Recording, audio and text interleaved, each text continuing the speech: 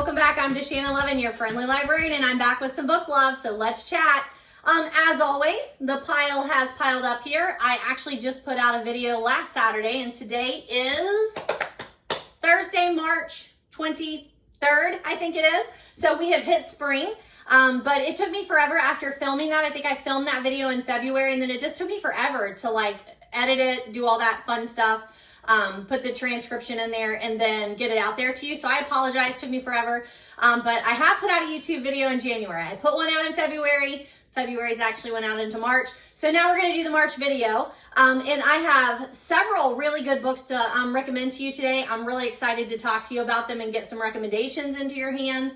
And then a little bit of book haul and a little bit of revisit. Ones that we've talked about that I just need to come back and talk to you about again. And a little bit of book news. So I have a minute. I want to sit in the library and talk to you a little bit and give you some books to put on your to be read list. I'm sure we all need a couple more to squeeze onto that list. So I have poured a little bit to drink and I will move these down so that we'll have a little clearer area to talk about, and then we'll get started. So hang in there. All right, that's better. So like I said, I do have my drink going here. Oh, I thought I brought the bottle in for you. I might not have, but it is Stella Rosa Black Cherry. It's super, super good. Kind of sweet on the sweet side. I love the Stella Rosa brand. It's not an independent or local or anything. You can buy it anywhere, Kroger or whatever. But I really love any of their drinks. They have great ones that I like. And I always like when they put new flavors out to try them. And I found this in the last time we were visiting my son and future daughter-in-law. Their little liquor store down there had a great selection of Stella Rosa. So loved it. So got my drink going. Got this little candle moving. I am still burning the prayer flag candle that I have mentioned to you several times. It's still going strong. We're still doing good there. And you know, like my videos, I tape them for hours and hours and hours. So that's a pretty good candle. It smells lovely. Very devotional, kind of like mindful maybe. Today I do teach high school English. If you've been with me, you know that. And today we talked about mindfulness, and we practiced Julia Cameron's The Artist's Way, the morning pages, even though some of my classes aren't until 2 o'clock. But I introduced them to that concept. It's stream of consciousness. Just get whatever's in your mind on the paper. Try and do it first thing in the morning. It was the first time we practiced it. So we just did it during class no matter what. But I like to introduce that to them before we go on spring break, because I've been doing those morning pages for a long time. But I don't do them all the time. So I usually do them like during spring break, very heavy in the summer, sometimes pick it up during Christmas break. But you know, during the school year when I'm up at 5 o'clock and down here, that's not normally what I'm doing. Need to silence my phone. So I just talked to them a little bit about that practice. Let us practice for 10-ish minutes. And I complain a lot about teaching and my job, usually just to my husband and close friends. But it is so, so difficult. Many times it is rewarding, and many days it is not. And today was one of those days that was very rewarding. I had the majority of my kids actively practicing the exercise. They seem to mainly enjoy it. And then especially towards the end of the day, when I have just kids that are, just more writers. They're more the ones that enjoy the notebooks. They enjoy the prompts. And like during one of my classes, there were 6 people coming up to say, do you want to see how mine went? Do you want to read mine? Can I read mine out loud? It's very stream of consciousness. It was so rewarding. It was just so nice. So just a little bit of that. So first thing I always like to do is talk to you about the books that I've read since the last time we talked. So it looks like I have about 6 books to talk to you about that I have read here recently, just since the last time we talked. And like I said, some really good suggestions for you, some that I think that you've probably been hearing about and think that you might enjoy. Also, I can't remember if I've ever worn this shirt here before. I got it back during the pandemic. Reads books, loves dogs, stays home. I do plan on staying home mostly this weekend, I'm hoping. I have a little bit of time. It's one of those, we're kind of in between places, and I would love to get a couple of my books like wrapped up that I've been reading for a while. But the first book I want to talk to you about is this. I did talk to you about it in the last video, and probably even maybe back in the January video, because it took me a while to read it because I'm reading it as I was reading it as a devotional. But it's Help, Thanks, Wow, The 3 Essential Prayers by Anne Lamott. I recently talked to you about Anne Lamott's book, Bird by Bird. I was looking to see if I have a copy of it. I read it last year and I absolutely loved it. Actually, I listened to it on audio and then I picked up a copy somewhere secondhand later. And I knew that I wanted that copy because I was going to reread that book and I wanted to use some of the things that she said in my teaching. Really, really like Anne Lamott. And she's just different. She's different. I know I'm all over the place on my recommendations on here, that I have recommended Billy Graham, and what else did I do here lately? I feel like there's a couple that I've done here lately that have just been odd. But I always like to be reading something devotionally, and this was a good one to do. So she just centers on those 3 prayers. Her point is almost any prayer that you need to say will be covered with one of those things. Either help, like I just plain need help. Thanks, like gratitude, thank you for saving me in a certain situation or healing me. And then wow, just when you are just dumbfounded at God's greatness.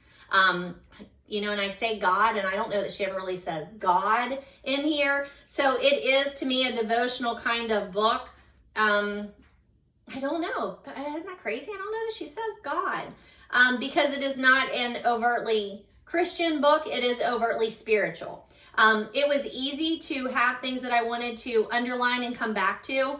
I just really identify with her. I enjoy her writing. I think it is very inspirational, very motivational. Okay, she does say God. Her opening line is, I do not know much about God and prayer, but I have come to believe over the past 25 years that there's something to be said about keeping prayer simple. There you go. So she does say God quite a bit. I was just like, as I was thinking, I'm like, I feel like she's talking more spiritually than, just saying the word God. But imagining God can be so different from wishful thinking if your spiritual experiences change your behavior over time. And I think she's relatable because she always seems to write about the human experience. Her book, Bird by Bird, was like that. She would be telling a story and it would be like terrible, but it would be so relatable. Or it would be so wonderful. And she would just say how we should be in awe of how life works. So on this one, she says, if I were going to begin practicing the presence of God for the first time today, it would help to begin by admitting that the 3 most terrible truths of our existence, that we are so ruined, we are so loved, and in charge of so little.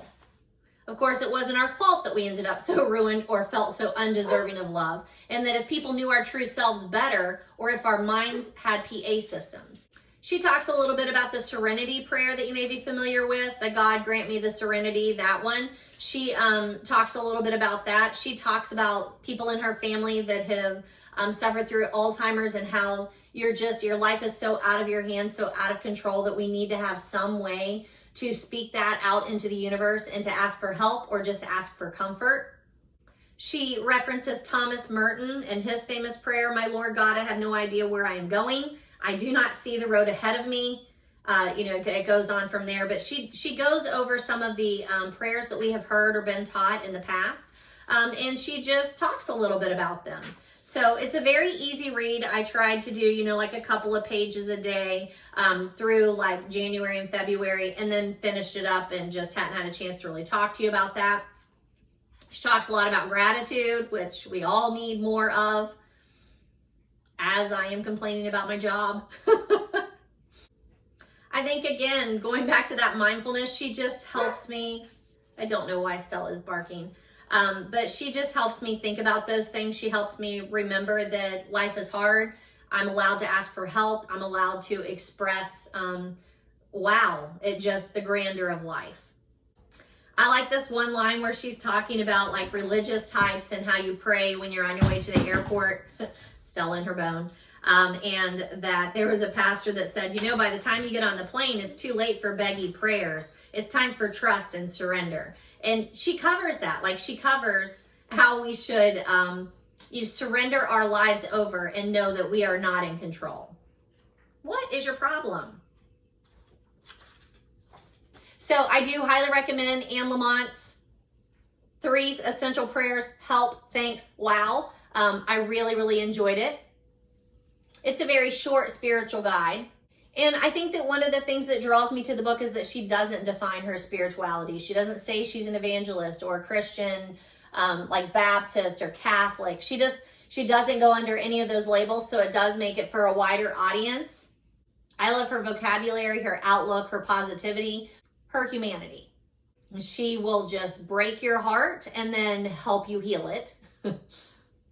And it just over and over again. I just, the second book I've read by Anne Lamott just here in the last 2 years. I've read some essays by her in the past, but highly recommend her. And I know I have a couple more of her books that are on my to be read list. I don't know if I've talked about them, so I'll see if I can gather those and show you what I have that's on my to be read list. The next book that I read, I do not have a copy of. I listened to the audio version. It is Cleo Coyle's Billionaire Blend. I have talked to you about Cleo Coyle in her Coffeehouse mystery series. That is the mystery series that I've read by her. I also, I think in my book haul last month maybe, I picked up one of her books in a different series, The Haunted something, I can't remember what it is, but I've not read any of that series. I have talked to you about numerous Cleo Coyle books though, because I do really like her books. They're up here. I'll try and insert a picture if I can for you. I know I said that last time and then I just was like, just get the video out. But I will try and give you a picture of my Cleo Coyle.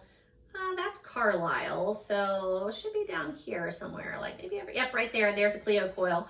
But the one that I read this time or listened to the audio was number 13 in the Coffeehouse mystery series. It was Billionaire Blend. And I've often talked to you about online being a part of the Killing Time with Cozy's cozy mystery reading series. This is definitely a cozy mystery, and being a part of their Discord. And I mentioned on there in the chat, like on the YouTube chats, and then also in Discord, that I didn't really like this one. Like, it's okay, but I got tired of it. It felt like it was way too long. I want to say it was like 11 hours. Yeah, I put it on here. It was 400 pages, 11 hours. It just went on way too long. And I was getting really tired. I felt like she was really whiny in this one.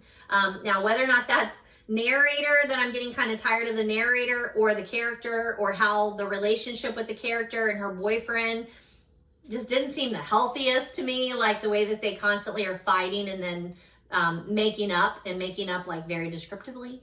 I don't know. I just was like, God, do you guys really talk about your relationship? Like, it was getting a little just old for me, I think. But in my group, they said, stick with it. And I do. I'm trying to make it to like number, I don't think I have it on here, but I'm trying to make it to, I don't know. I have a book, like a couple of books down the section, and it's that one, I think. And I just want to make sure that I get to that one. But I never DNF a series. Very seldom, I should say. I very seldom DNF a series. I always kind of leave it on the back burner. And sometimes I'm in the mood for it. And this is one that I'm usually in the mood for it with an audio, because it's usually like a quicker audio, just, dip in and out of, isn't super serious. But this one just was not so enjoyable to me. The fight and make up, the make love kind of language, like the verbiage was just like, like, I don't know. I just wasn't in the mood for it, I guess. I just wanted it to be more about the story. And it did have a good storyline. Like, there is a billionaire, I guess, who stops in the coffee house, and the day that Claire Cosi is there and sees him and is trying to figure out, like, why does this guy keep coming in? She thinks he's trying to take her workers. But there is an explosion, there's an accident, and then she gets, like, pulled into his world. So again, it's just the whole relationship thing of, like, what's going on here? Is he trying to wine and dine her? Are they in a business transaction? Her boyfriend is working in a different city, and they don't see each other very often. Then her daughter's having issues with her boyfriend. It just seemed way more drama than storyline, where the Coffeehouse mysteries are usually very interesting to me. So there's that. I still give it 3 out of 5 because for the series, I still enjoyed it. I'm still going to continue doing it. It wasn't like it was poorly written. I felt like 11 hours or 400 pages for a cozy is way more than I want to commit to. So there's that. That's a quick one. I have talked to you about the Cleo Coyle Coffeehouse series looks like starting in episode number 8 and then like 14, 15, 18, 24, 30, 32, I do, or 31, sorry, in book hauls and trying to review these books for you. And I do highly recommend it. Like if you like coffee, it's a different kind of cozy because it's set in New York City, but it's a small section of New York City. I do really enjoy it. This one was too much. And that takes us to our first Agatha of today. And the first Agatha today is Death in the Air, also known as Death in the Clouds. Definitely want you to see those lovely covers, my little vintage paperbacks. This one was Agatha Christie, Death in the Air. It was put out by, it says Popular Library, probably something else on there. The cover price is 95 cents. Yeah, Popular Library, that's what it says. It has a great little diagram here of this takes place on an airplane, so it's a closed area kind of mystery. Somebody does get killed in that closed area, but it has that really cool little diagram in there. And even though it is 95 cents on the cover, I paid $2.50 for this at the Book Rack of Murray. So I have already covered this in a book haul for you. And then this one doesn't say, it's also Popular Library. Looking to see, it also has that illustration, but it's a different cover. And this one sold originally for $1.25, so price hike. But I don't know where I picked this one up or how much I paid for it, or if somebody may have given it to me. But there are those two. And like I said, it is also covered by, it is also titled Death in the Clouds. According to Goodreads, it is Hercule Poirot's number 12. And I have shared with you that I am leading a group reading Agatha Christie in chronological order. We've been doing this since January of 2022. And this is our number 24, Agatha Christie in chronological order. I gave it a 4 out of 5. It is unusual for me to give less than a 4 to an Agatha Christie. This one is very well done. It was published in 1935. And even though Goodreads counts it as number 12, I think it's because they put black coffee in there and something else maybe. We are counting it as our number 10 Hercule Poirot, I do believe. Sorry, number 11. We have this as our number 11 Hercule Poirot because we have not yet read Black Coffee. The Death in the Air title is the US publication. British was Death in the Clouds. I listened to the All About Agatha podcast that I highly recommend. I watched the adaptations and they are well done. This is one of the rare cases where Hercule Poirot not only finds himself amongst murder, but is actually accused of the murder. So he must dive right in and solve it. And he does excuse himself. I love that he says, "Mon ami, when I commit a murder, it will not be with the arrow poison of the South American Indian," as if he's thought about how he might commit murder. It's also nice to see Jap is very much developed in this particular story. As a character, he steps on the scene. He seems to be more involved than we see him in other Agatha Christie books. It has many of the Agatha hallmarks, things like masking and inheritance, poison, romanticism, drugs, allusions to other books. It's a great read of Agatha Christie. I highly recommend it, and I gave it a 4 out of 5. The next book I do have a copy of. I purchased this at a local Cincinnati independent bookstore called The Bookery. BookeryCincy.com is where you can find that. I picked up a bookmark while I was there. It's lovely. It has an Emma Thompson quote. I think books are like people in the sense that they'll turn up in your life when you need them most. Lovely. It's a lovely little shop. It just opened either earlier this year or maybe late last year. But cute little location. Parking was a little weird when we went, but you know, just make sure that you can circle around the block. You can find a place. You can park on the street. This one is called Between Two Kingdoms. It is by, I'm going to say Suleika Jaouad. Pretty sure that's right. I picked this up at the bookstore because we had chosen to put this on our reading list for our book club back when we met in August to make our book club for the year. This is different than the Agatha Club. This is a book club that I put together 25 years or more ago and is still going strong. It includes people that I have worked with over the years as well as friends of those people. At this particular meeting, I think we had maybe 13-ish people, I would say, that showed up. We meet in each other's homes. We started doing carry-ins since the pandemic. These last couple of years have been a little difficult, so we just do carry-ins. It is a New York Times bestseller. It says it is also one of the New York Times notable books of the year. It's a memoir of a life interrupted. And I think that you, if you are a book lover, have probably seen this cover. It's very popular with book clubs. And we had a great discussion with this book. Now, a couple of the topics that I really wanted to talk about when I made my notes for book club is pointing out where the book title came from. And it comes from a Susan Sontag, who is an NPR regular. It comes from a quote that she says, where we are all between two worlds. We are between two kingdoms. We are between the kingdom of the living and the kingdom of the dead. And it very much focuses on, I think they call her Suki, if I'm not mistaken. It focuses on the fact that she was diagnosed with leukemia when she was very young, 22, 23, very young, 25.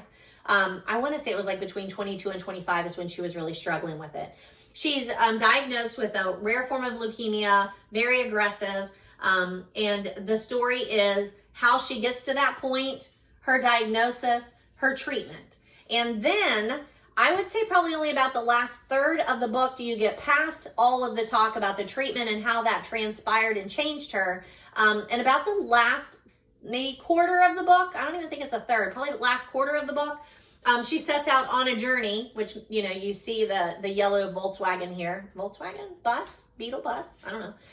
But she sets out on a journey to go and visit some of the people that have encouraged her over the last couple of years when she's been in treatment. People that she has never met. She just knows about them because her story, she was doing a blog. She ended up on NPR. She ended up on CBS Sunday Morning talking about her experience. She wrote a newspaper article, what do you call it? Segment, I believe for the New York Times, a New York Times column, that's what I'm trying to say.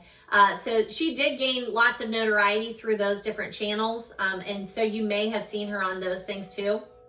It's definitely worth looking up. When I was getting ready for my book club discussion, I Googled it just to see what came up. I wanted to know, since the book had been published and been out, how is she doing medically? And numerous things came up, so I was able to see that and catch up on that, which was nice to walk into the book club and give them an update. And I also shared a couple of the CBS Sunday Morning videos where she's talking about her book and her recent relationship. In the book, she keeps talking about a John, and it did not occur to me, and I'm not going to throw it out there right now in case you haven't read it. But when she's talking about this guy named John, I just don't put together two and two of who he is, and he is also famous. In that little part, whenever I watched the CBS Sunday Morning segment, I was like, ow! So much makes sense. It all comes together. So we talked about how it's very similar to some of those other travel books like Wild, where someone has a crisis. Hers is a medical crisis. Some people have a personal crisis, and then they turn around and end up going on a journey trying to find themselves or redeem themselves or just reset themselves. And hers is kind of all of the above. We talked a little bit about some of the topics that are touched on in here, like the drug use, or how separated she is from her family, how her family deals with her illness when she comes back and she is trying to get through the treatment, the relationships that she has. There's a lot to talk about in a book club about this book. I can totally see why people chose this for a book club read. I still need to look up her TED Talk. She has a TED Talk, I think, on balance. But there are a lot, if you're an NPR person, you're going to enjoy this. There are a lot of allusions to NPR people and shows and just talk. It reads very much like an NPR segment, but highly recommend it. I really am glad that our book club decided to do this particular book. We had some resistance when it was announced, when people found out that it was going to be about someone who was diagnosed with cancer, because our book club, probably like many book clubs, have dealt with members who have had cancer. And whether or not those people want to read a book about someone else who's going through cancer goes back and forth, or people whose family members are going or have gone through cancer. So we never say you have to read the book. Just come and discuss with us. Come and visit with us. But I would say in our book club, one of the most rewarding things was that we did have a member that was there who was very vocal about her treatment. She's had cancer numerous times. She is battling it now.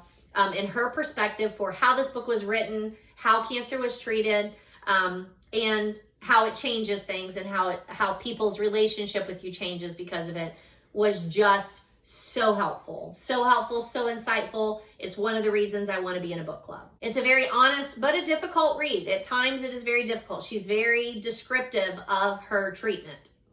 So I do recommend it, just with a little bit of caution that if you are someone who is undergoing cancer or someone in your family is undergoing cancer and cancer treatment, read with a little bit of caution. It might not be for you. I think I got a little bit out of order, but another book that I read since the last time I talked to you, I finished it. I think I even maybe talked to you a little bit because I was reading it before, but it is So Deadly, a Southern Sewing Circle book, #1. It is by Elizabeth Lynn Casey. I read this because of my online group, the Killing Time with Cozies. I think this is the book series that we're reading together, like a whole series, and this is #1 in the series. It was okay. Again, just an okay cozy for me. I didn't love it. I probably wouldn't even continue reading the series if I wasn't reading it with the group, but you know, I'm a joiner.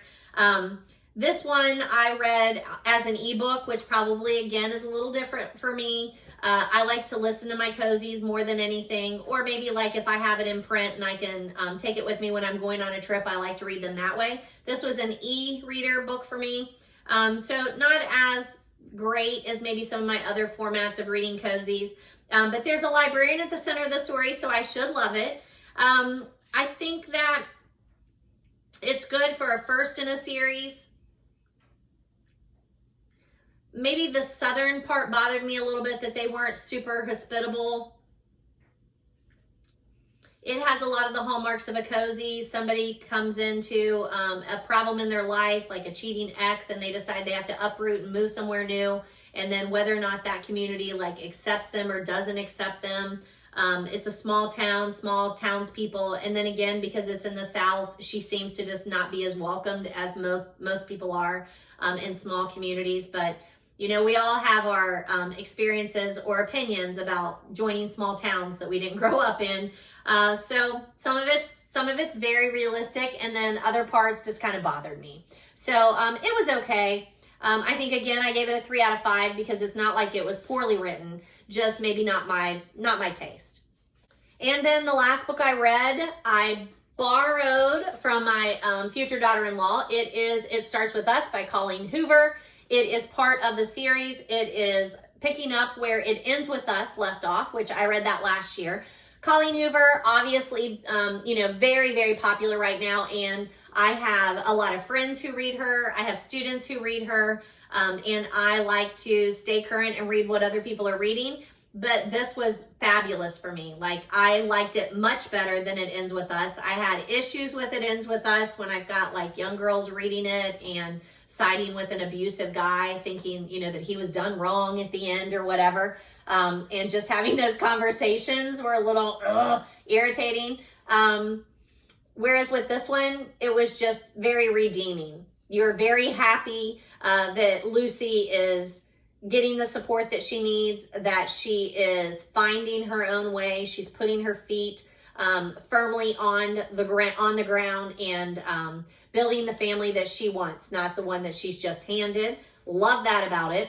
I can actually call this one a romance, whereas I think that It Ends With Us is a misnomer when Goodreads or anybody says it's romantic. That's not romantic, that's abuse. But again, each to their own, we all have our own opinions. But this one I can definitely call a romantic book because Atlas and Lucy have a very healthy relationship.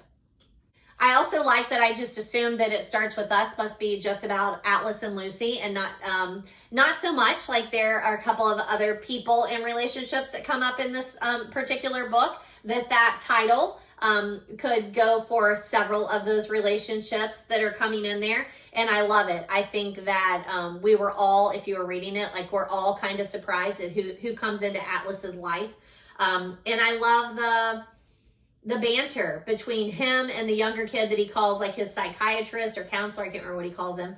And then the other person that comes into his life. I love their interaction and how their relationship starts and how it progresses. Like, it's just a great story. It's a great story. I loved it. Highly, highly recommend it.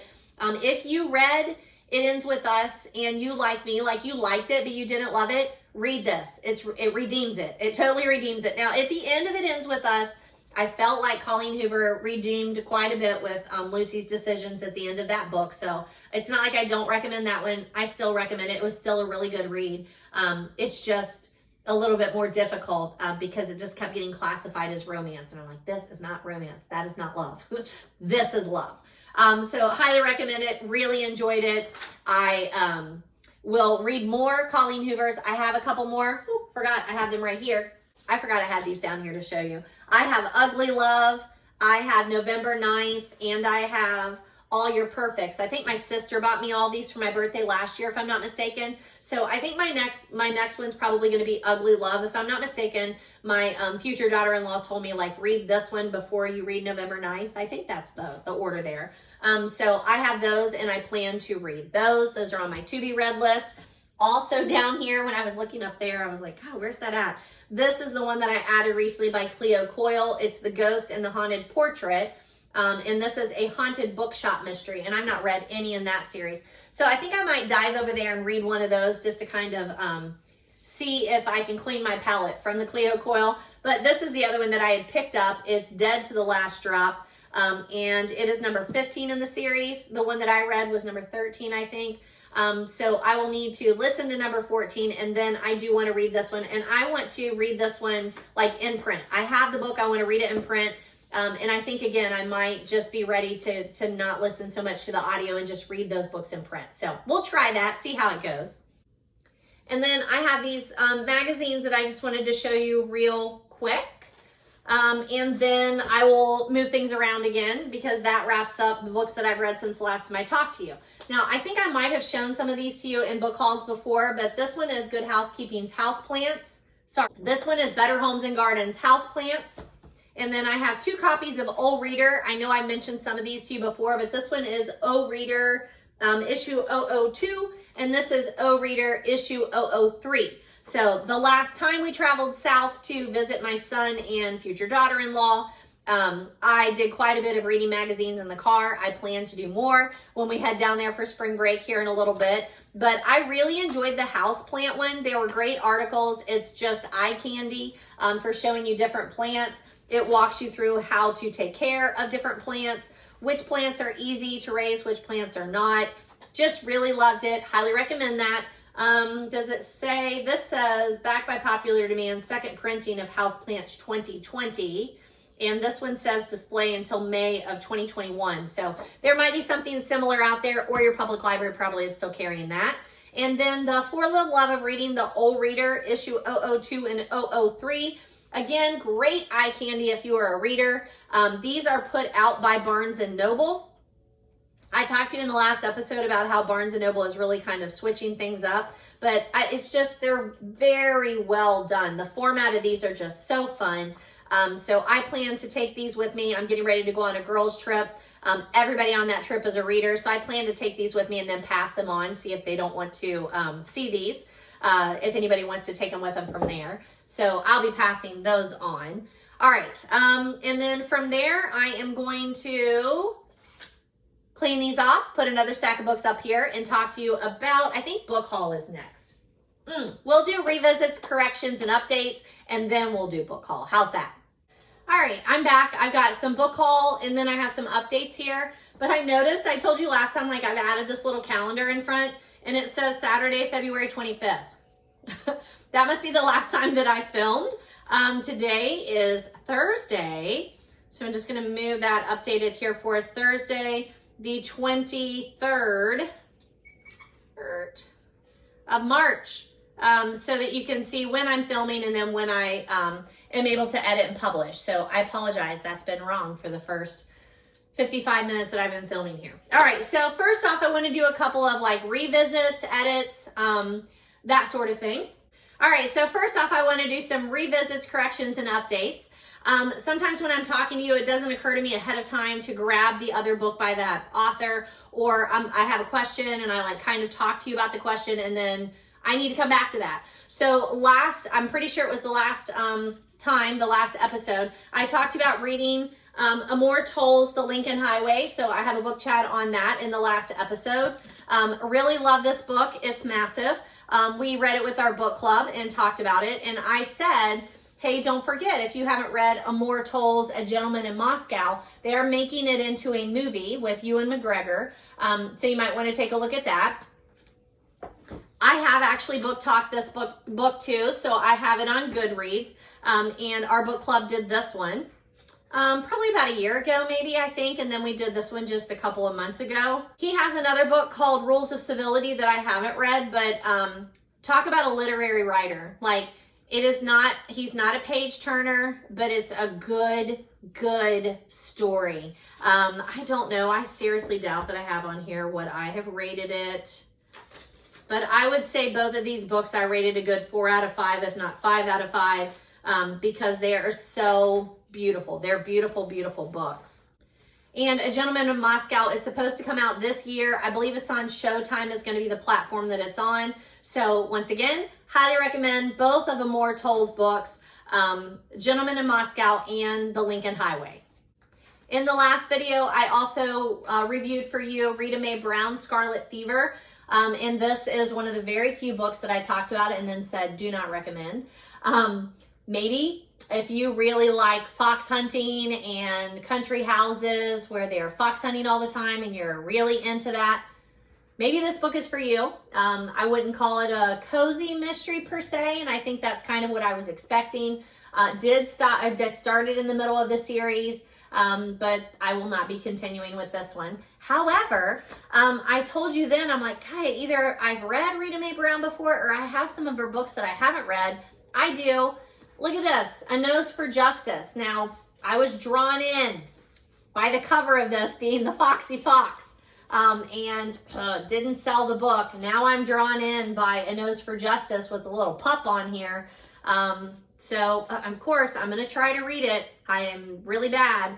I don't like to DNF anything, especially if it's something that I have. This is Rita Mae Brown and Sneaky Pie Brown. It takes a cat to write the perfect mystery, Murder on the Prowl, a Mrs. Murphy mystery. And I also have this one. It is Rita Mae Brown and Sneaky Pie Brown, Rest in Pieces, a Mrs. Murphy mystery. And this one. Rita Mae Brown and Sneaky Pie Brown, It Takes a Cat to Write, oh, is that the same one? No, It Takes a Cat to Write a Perfect Mystery. That must just be like their tagline or whatever. This one is Murder She Meowed, Miss Murphy mystery. So I'll have to see like what numbers these are in the series and then try one of those. And I really hope that I like it better than Scarlet Fever. And then this one doesn't say that it is Rita Mae Brown. I mean, this one does not say that it is Sneaky Pie Brown. Sneaky Pie Brown, I think, is the name of the cat, if I'm not mistaken. So maybe this isn't part of that series.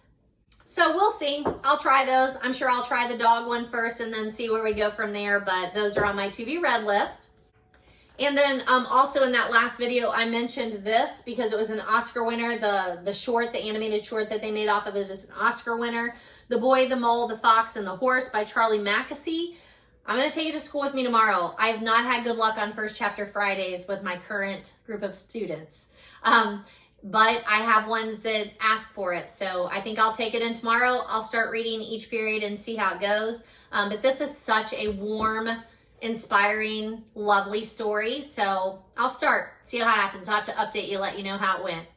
So that does it for my updates and corrections, that sort of thing, and revisits. And that takes us to the book haul. Now, I've told you before, I'm an equal opportunity book hauler. I mainly buy from thrift, like a Goodwill, Book Rack, half price books, but I'm not above going into Target or even at Kroger and picking up something that I just want to read or that I just want. So I will try and remember where these came from. I've done a better job, I think. I I've done a better job of trying to pay attention to like where things are coming from, or leave the receipts in there, or immediately put it on the transcript for you. But my point is, you do not have to spend a lot of money to have a lot of books on your to be read shelf, or even to be able to have copies of books that you read and you want to share, which is what I like to do. I also do thrift books for my classroom. It's just an easy way to pick up a book for $1 or $2. When I am a big reader and I know book titles that I want to recommend personally, like handing them to my students. So let's start there. Lone Survivor is one that I've had several people ask for this year. I think I even have a copy in the classroom.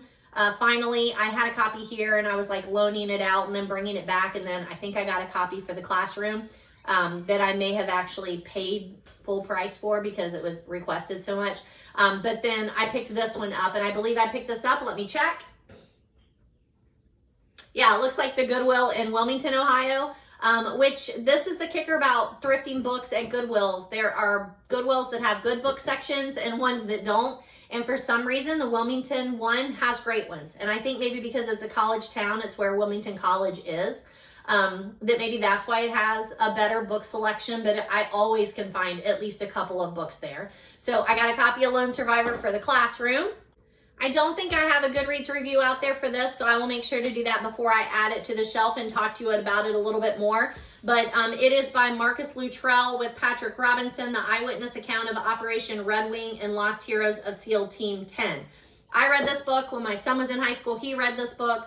And like I said, it's an easy sell. I have numerous kids who will read it every year in my class during independent reading time. The next one I picked up there was Louise Penny's Still Life. I have already read Still Life. It's the #1 in the Gamache, how do you say it? The Gamache series. I feel like there's something else I should be saying there. Inspector Gamache series. It's the first one. It was published back in 2005. There's probably 15 books in that series now. I have read several. I've book talked several to you. I love Louise Penny. I love the Inspector Gamache series. I love it. I think it's fabulous. It is a darker mystery series. They are not cozy at all. It's a darker series. Chief Inspector Armand Gamache. That's what I'm trying to say. This is #1 in that series. But Louise Penny has been recommended to me so many times, and then once I started reading her, I'm like, this is definitely an author. I want to go back and read the beginning. I know I've also recommended to you the TV adaptation. I think it's on Acorn or BritBox. It's on, or maybe even Amazon. I'm not sure. But super, super good. The Still Life, the movie adaptation. And then just this past summer, there was the Louise Penny Three Pines mystery series, which is also Inspector Gamache. And that one was turned into a TV series, if I'm not mistaken, by Amazon Prime.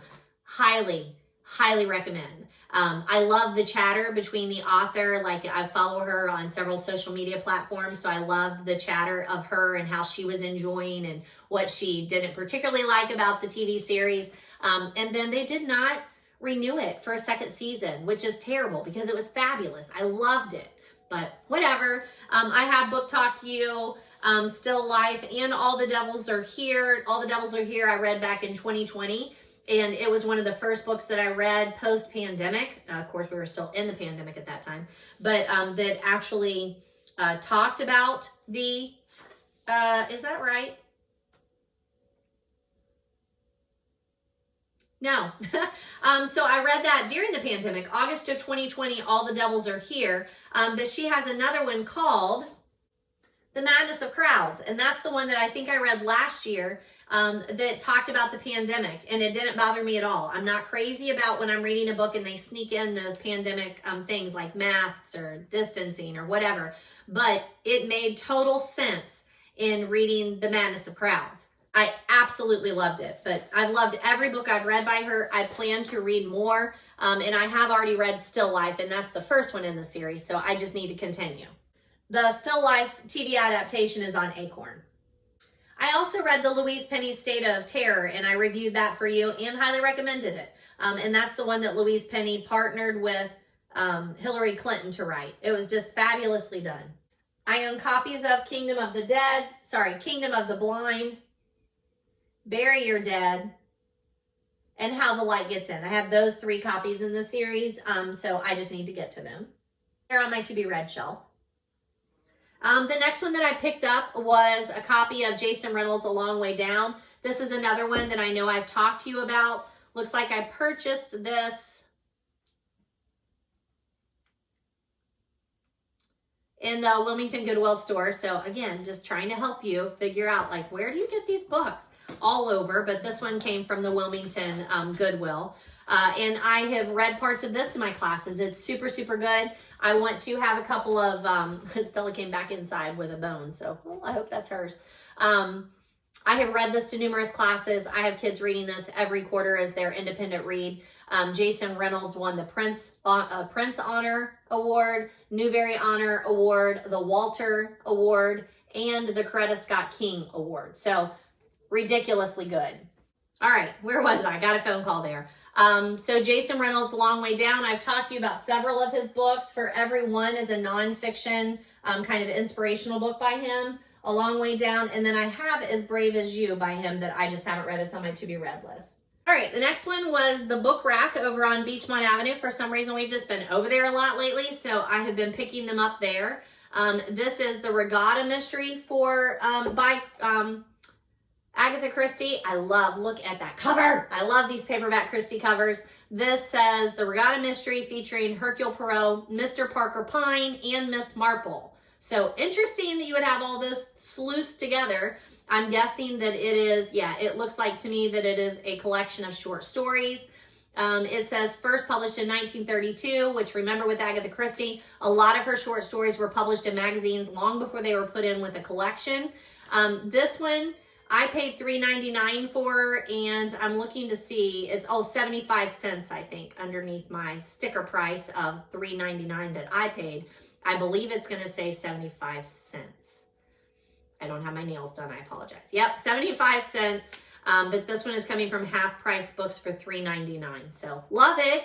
There's that one. And then I also picked up this one. It's Agatha Christie's baffling novel about a murder without a corpse. Murder, She Said. Original title, What Mrs. McGillicuddy Saw. Now, it also shows that it was a TV adaptation with Margaret Rutherford, so that's a pretty early Christie. This one sold for 35 cents to start with. I bought this at the book rack of Murray for $7. Yes, I paid $7 for something that originally was 35 cents, but I love the cover. But it was one of those that I'm like, I can't not pick it up because I couldn't find it on the app. I have an Agatha Christie app that lists all of her books, either by publishing date or title, like you can move around, and I can't find this. I can't find Murder, She Said. I can't find What Mrs. McGillicuddy Saw. So gonna have to dig into that one a little bit, figure out what the issue is. And I always just want to make sure that I have all of the Christies that I can get, so that when it comes time for us to talk about it, I would prefer reading these in print. I also then sometimes have the ebook or have the audio and then watch the TV adaptations and listen to all About Agatha podcast. But I want to start off with the actual book. So love that. At that book rack of Murray, it's a used bookstore. They have new books too, but used bookstore. I also picked up a copy of this. This is Sue Monk Kids, The Book of Longing. Someone at school had actually just loaned me this book. She had a copy and she was like, you have to read this. Like, this might be a really good choice for our book club. And I had borrowed it from her, and then when I was down at Murray, this was on sale for $7. So I was like, I'm just going to pick it up. Let's see here. So this is Book Rack of Murray. Looks like I spent $48. Murder, She Said for $7. Oh, Lone Survivor came from there, $6. Book of Longing, $7. Short Stories from Wayside School. Oh, I think I gave that to my daughter-in-law, future daughter-in-law. $3. The Girl with the Dragon Tattoo, which she had never read that, so that was $6. The Girl in the Stilt House, $8.50. And What Happened to the Bennetts, $8. I don't know what that one is, but I think some of those went to her. I'm always happy to purchase our books when we're together. I'm happy that she is so good to drive around. This last trip that we were down there, we were supposed to just be hanging out at their house, and everybody had lost electricity, so we were in hotels. We weren't expecting that. We ran around a little more than usual because there was no sense going back to a house with no electric. So this is on my to-be-read list. I'm very excited for it. It's also a Book of the Month Club edition, and I like to keep those up there too. So pretty excited about that.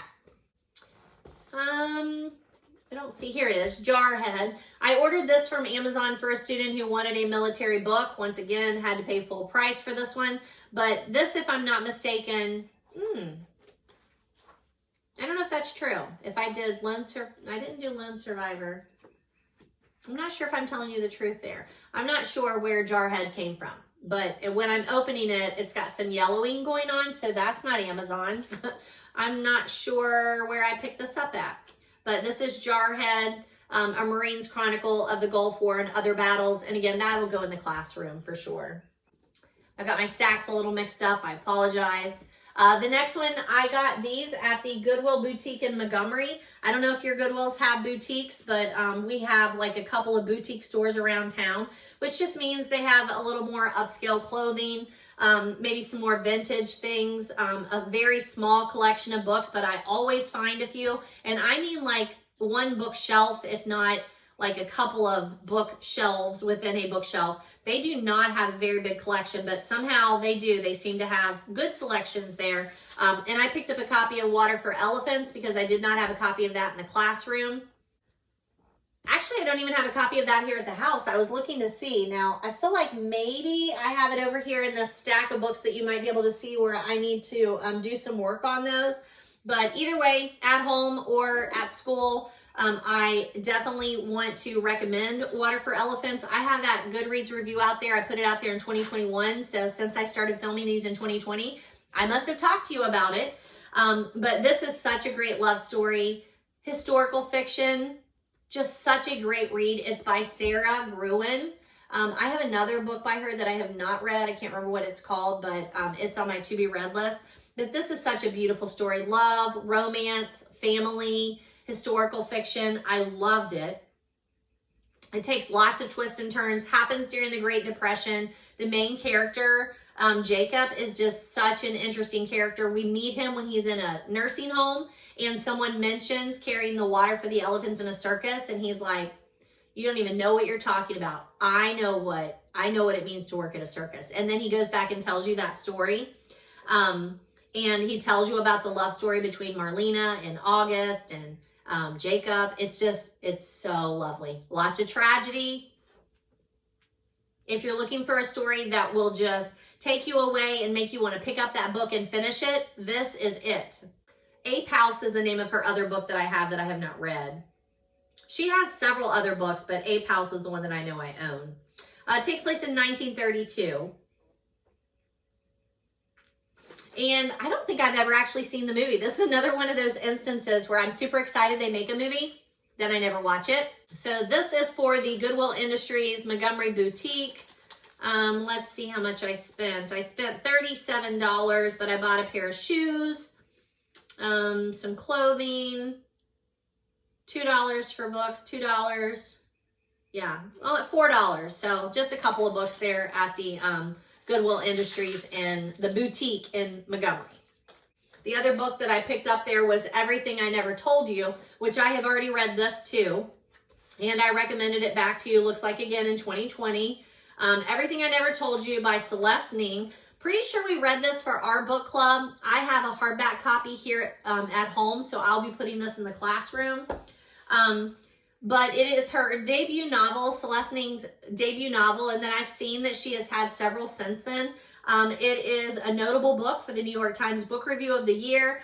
Like I said, I'm pretty sure we did it with our book club. But big book on like family dynamics, like there's a tragedy, something happens, and how the family deals with it. You hear from different people's perspective, and it's phenomenal. From what I heard, they turned this into a TV series too, but I haven't watched it. You get that, is it Chinese American? Pretty sure the nationality there is Chinese Americans. And the parents have just pushed this daughter just beyond where she can take it. And that's when the tragedy happens, and then everybody has to deal with it. And the story takes place in 1977 in Northwest Ohio. So nice and local for us. I always like those books that are like multi-layered. Do we call that nuance today? I feel like we do. I like that multi-layered story where you don't just hear one story going on. There are multiple stories going on. You hear it from different perspectives. There's more to the story. So if you were to read like a little quip in the paper that said, hey, this event happened, It's telling you everything else, like what led up to that. How did we get here? How are people dealing with this? This is a story about grief and how people deal with it. I love it. I picked up this in a little library, traded something else for it. I always keep a little bag of books in my car for the little libraries, and if I see one, I pop by and try and exchange something. It is The Happiness Project, or How I Spent a Year Trying to Sing in the Morning, Clean My Closets, Fight Right, Read Aristotle, and Generally Have More Fun. I reviewed this back in, actually I just added the review for you back in February for this one, but I read it in 2013. So it looks like I've had it out there for a while. I just didn't have a copy of it. I think we read it maybe for a book club. I feel like I read it for a book club. But it's The Happiness Project. I don't remember a ton about it. I remember enjoying it when we read it and being able to talk about it. And it is one of those books, I love these books, I'm sure there's a word for it, where it follows the months. So it starts in January, so I thought this might be a good one for me to go back and kind of review this year and just look and see, because she focuses on something every month, like January's vitality, February is marriage, March is work. So I'm not too far behind to be able to just review it and then give you a better review of this later. But I did, I'm very glad that I was able to pick up a copy of it. I had another appointment over in Montgomery, so that's not right. So I popped into the half price books over there. Looks like I spent $43 on markdown books. This is where I got the Regatta Mystery, and then a couple others that I'm getting ready to talk to you about. So I picked up a copy of this, Blood and Chocolate. It is by Annette Curtis Claus. And I noticed that I had not given you a review on that. So I did update a review February 28th. This is a great YA fantasy if you were looking for werewolves and vampires, that sort of thing. It was published in 1997, so pre-Twilight, I would think.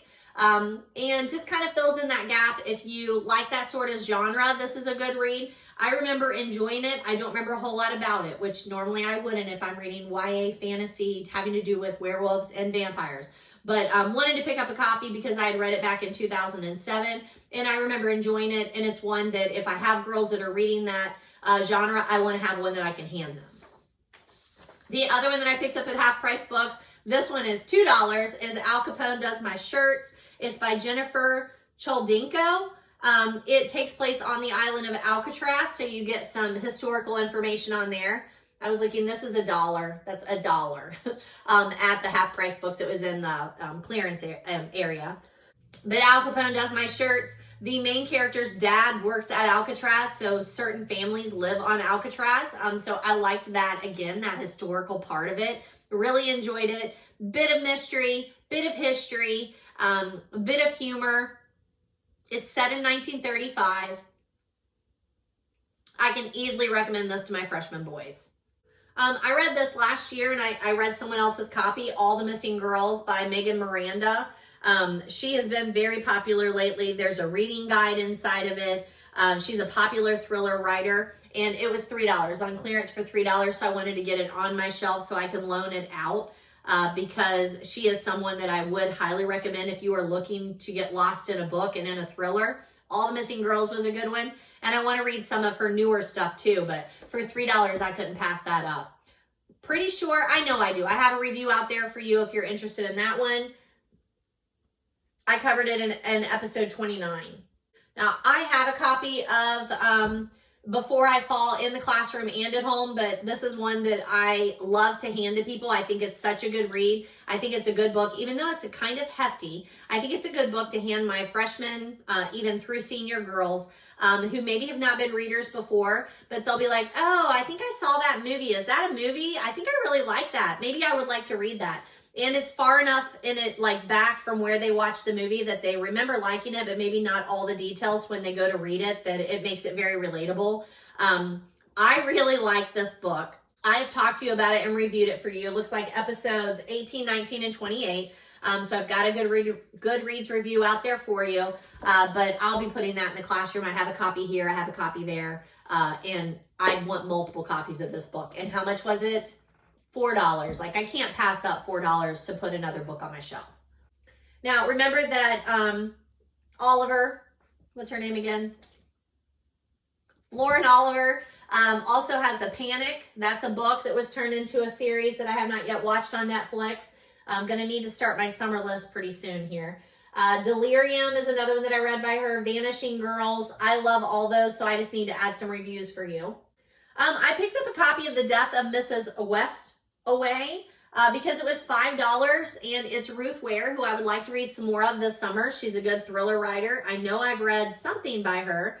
I also have a copy of The Woman in Cabin 10, which I've been wanting to read forever. And I heard really good things about this one too. I also think I have a copy of In a Dark, Dark Wood. I read The Lying Game by her. That's what I read by Ruth Ware. So this might be one I might need to take with me on spring break to get lost in. I think that I would really like it, and I think my daughter-in-law is going to like this one. I hope so. Going to take that so I can spread it around.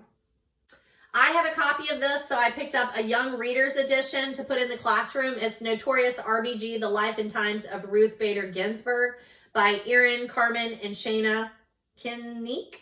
Again, it was only $4, so I know I spent $48 at Half Price Books here, $43, I guess. But I just got some really, really good titles, some to add to my shelf, some to add to the classroom, and they were $4, $2, $1. Like, I ended up with just a stack. And if I'm not mistaken, I might have had a gift card. I feel like I had a gift card. Does it say that?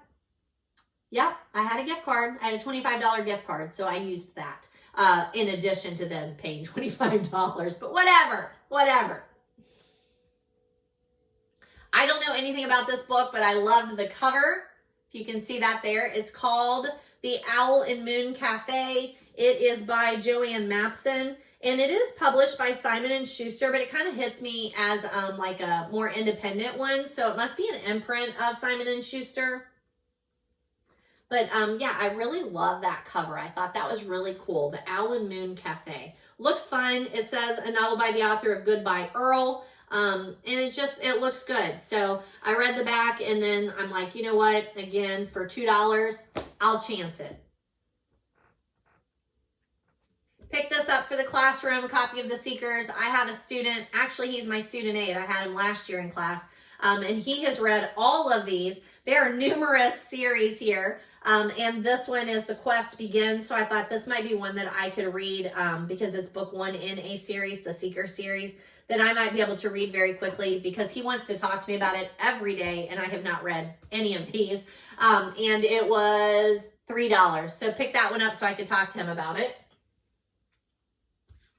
A copy of what looks like a cozy mystery, A Zen for Murder, a Moosamuk Island cozy mystery by Leighton Dobbs. This does look like it is published independently because it says a Moosamuk Island cozy mystery.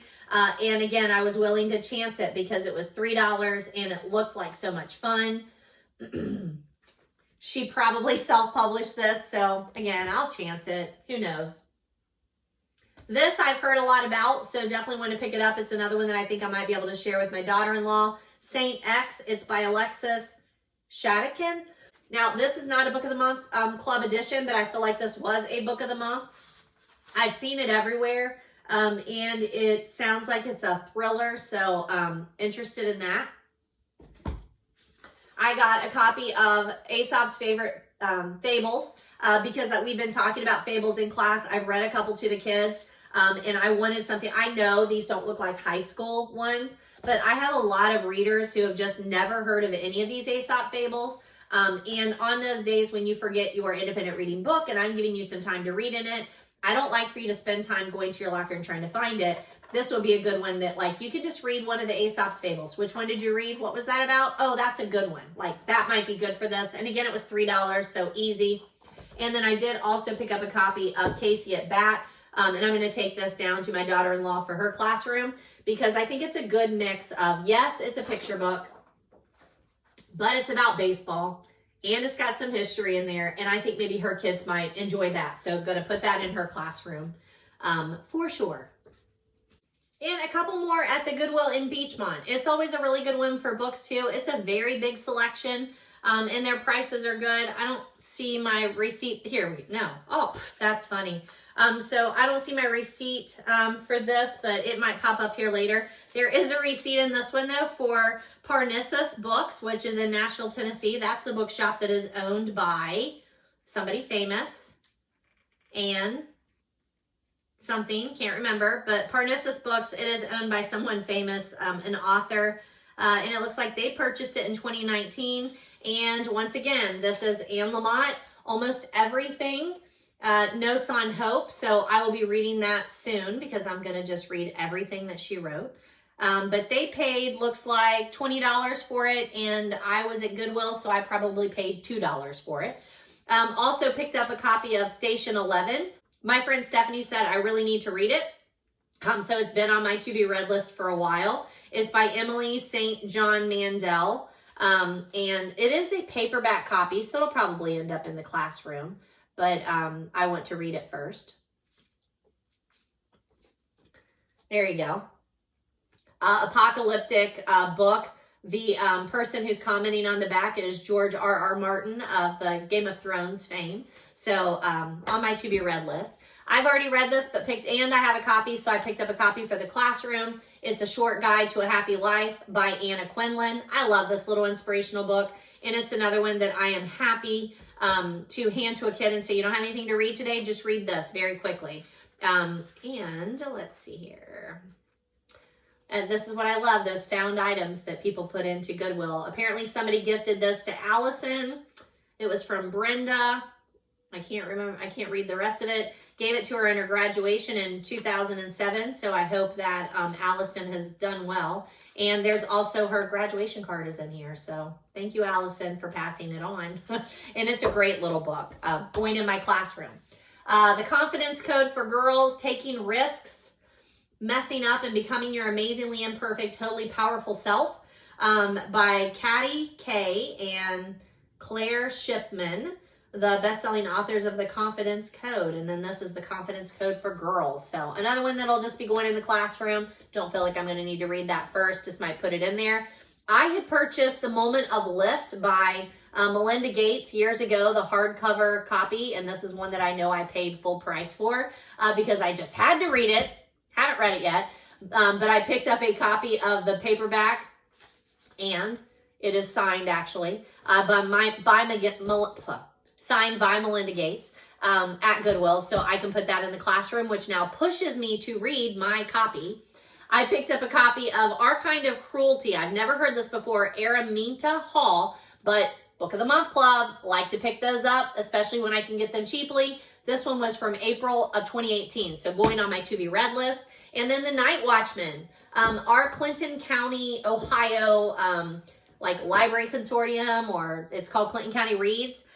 They are choosing a Louise Erdrich book this year to read, something sentence, I think. But it has a very similar cover to this. This is called The Night Watchman. So I picked that up because, again, Stephanie has read her and says she really likes her as an author. So I wanted to see what it was like. All right, that takes us through my recent reads since the last time we talked, and my book haul and some revisits and corrections. So a couple of other things that I just wanted to mention before I let you go. I know that I have not gone through my my holiday shelf. Like I said, I was going to read more seasonally, and I feel like I am reading a little more seasonally, but I wanted to talk to you ahead of time before we hit a season and give you a to-be-read list, and then make some more progress on my own. And I haven't done that. I apologize, but I'm not going to do it now either because I wanted to try and keep this video a little shorter than they've been running. I made a trip to my public library, and I was picking up books for students that I know that they needed. I couldn't get them copies. So I picked up a couple of books for my students, but then this was here, or this was there. It's called What's for Dessert? Simple Recipes for Dessert People by Claire Soffitz. Look how beautiful that is. This is a beautiful, beautiful book. So I flipped through it for a few minutes, and then I'm like, I'm just going to take that home and look through it. Showed it to my husband because he's the dessert maker in our house. So picked that up. And then our public library is doing this. I thought it was really cool. So I'm like, oh, I can pick it up and take it with me. She's like, yeah. But Blanchester Public Library magnetic decoupage clothespins require scissors, and then everything else for the craft is in there. It's just stapled together. So looking forward to making those. Figured I would take them on spring break since the only thing I need to take is scissors.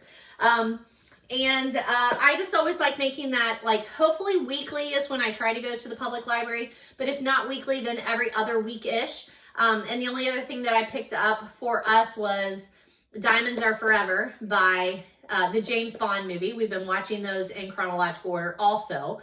But quite frankly, some of them are hard to get through. Like, they're just, not a lot happens. Or there's not a lot of a storyline. I shouldn't say not a lot happens because they fight all the time, or they're getting attacked, or they're sneaking in or sneaking out of a place. Usually a woman's bedroom. But we watched some of it and then we haven't finished it. So I need to finish that up, and then I need to return that and this. The book that I picked up at the public library for my students was Ellen Hopkins, because I don't have any of those books in my classroom.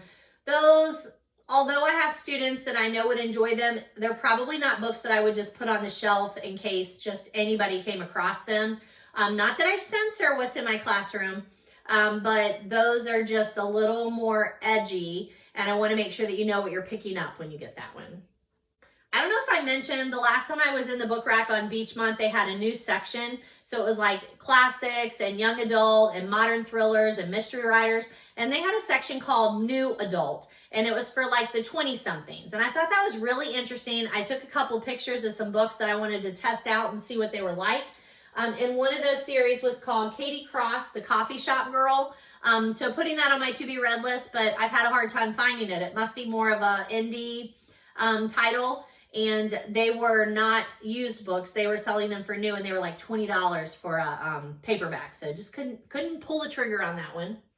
All right, I'm trying to keep this video just a little bit shorter so that I can get it edited and out before we leave for spring break, and then maybe film a couple more things. I'd like to film a recap of my 2022 shelf so that you can see the books that I read and have reviewed during last year, and then see what I can do from there. So I'm going to cut it short. And thanks for joining me today. It is Thursday afternoon, March 23rd. I'm happy to be your friendly librarian.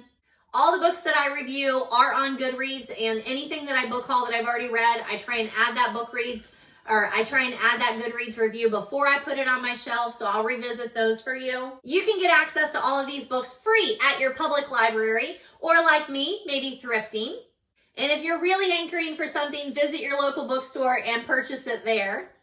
Hit the subscribe and like buttons. Thank you so much for all your views. It really encourages me to want to sit in here and talk to you about books and give you lots of book chat and book chatter.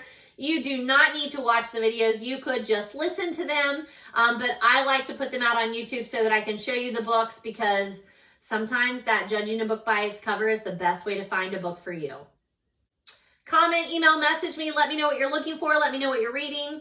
Connect with me on social media, Facebook or Instagram. I'm very bookish in all my social platforms. Keep in touch, folks. Enjoy.